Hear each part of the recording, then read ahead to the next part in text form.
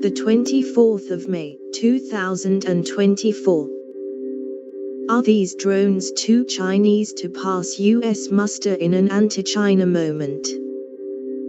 U.S.-based Anzu Robotics is selling drones using technology from DJI, a Chinese firm that is the target of efforts by lawmakers to limit Chinese technology in America.